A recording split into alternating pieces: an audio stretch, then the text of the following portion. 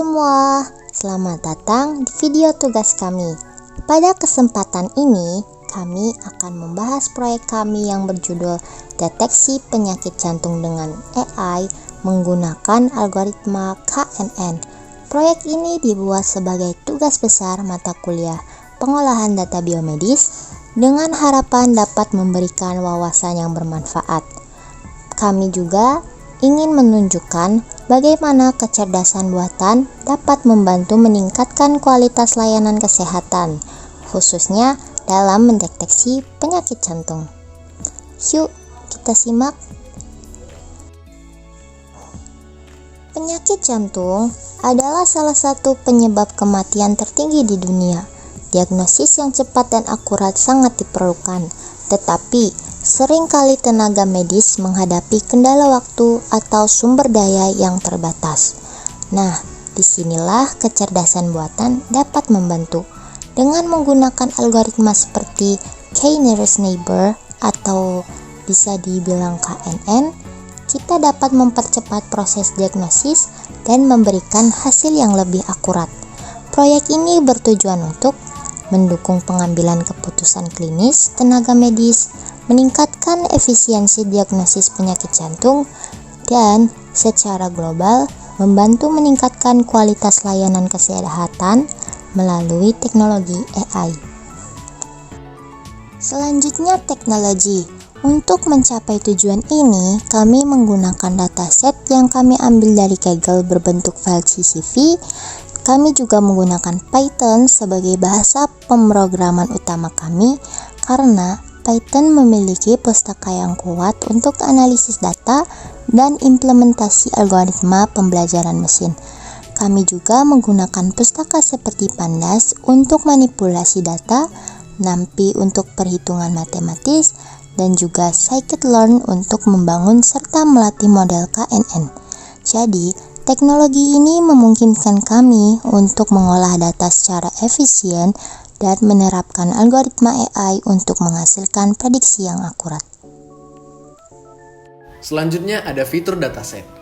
Dataset yang kami gunakan terdiri dari 1025 baris dan 14 kolom dengan fitur-fitur utama sebagai berikut. Yang pertama ada age atau usia pasien. Yang kedua ada seks atau jenis kelamin pasien. Yang ketiga ada threshold BPS atau tekanan darah istirahat pasien. Yang keempat ada CHOL atau kadar kolesterol. Yang kelima ada talarz atau detak jantung maksimum yang dicapai pasien. Yang keenam ada fitur lainnya seperti CP atau jenis nyeri dada, FBS atau gula darah puasa, risk tag atau hasil elektrokardiografi, dan sebagainya. Kolom targetnya adalah target, di mana nilai 1 menunjukkan pasien menderita penyakit jantung dan nilai 0 menunjukkan tidak. Dataset ini juga dibagi menjadi data latih atau 89,74% dan data uji atau 10,26%. Pembagian ini dilakukan agar model dapat dilatih dan diuji secara adil. Kemudian ada preprocessing. Sebelum data dapat digunakan untuk melatih model, kami melakukan beberapa langkah preprocessing. Yang pertama, menghapus data yang duplikat untuk menjaga integritas dataset. Yang kedua, menghapus nilai kosong atau NaN menggunakan metode pengisian atau penghapusan baris. Yang ketiga, memeriksa pola hubung antar variabel untuk memahami karakteristik data. Yang keempat, membagi dataset menjadi data latih dan data uji menggunakan fungsi train test split dari pustaka Scikit-learn. Berikut adalah cuplikan kode preprocessing kami. Langkah preprocessing ini memastikan bahwa data yang kami gunakan bersih dan siap untuk dilatih dengan algoritma KNN.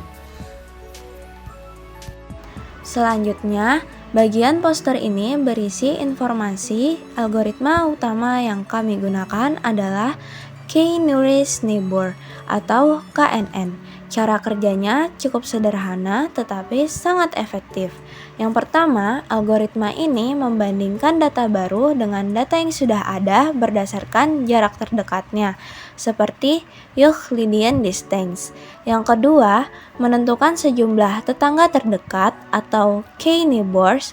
Dalam kasus kami menetapkan nilai K sama dengan 5. Yang ketiga, memberikan label berdasarkan mayoritas dari tetangga tersebut.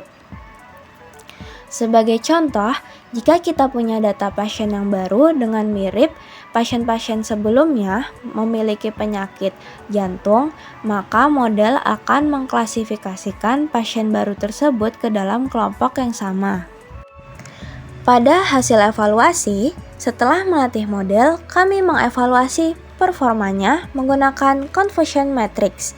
Hasilnya, akurasi data yang dilatih mendapatkan nilai 74,9% dan akurasi data yang diuji mendapatkan 70,9%. Performa ini menunjukkan bahwa model kami tidak mengalami overfitting. Dengan akurasi yang konsisten, model ini dapat digunakan sebagai alat bantu untuk mendiagnosis penyakit jantung. Berikut informasi dan penjelasan yang kami dapat sampaikan mengenai deteksi penyakit jantung menggunakan AI.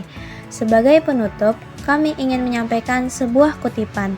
Teknologi diciptakan untuk mendukung manusia, bukan menggantikannya. Bersama manusia dan AI dapat menciptakan dunia yang lebih baik. Kami berharap proyek ini menjadi langkah kecil menuju inovasi besar di bidang kesehatan. Terima kasih telah menyaksikan video ini. Kami berharap informasi yang kami sampaikan dapat bermanfaat. Sampai jumpa di video selanjutnya. Salam sukses selalu.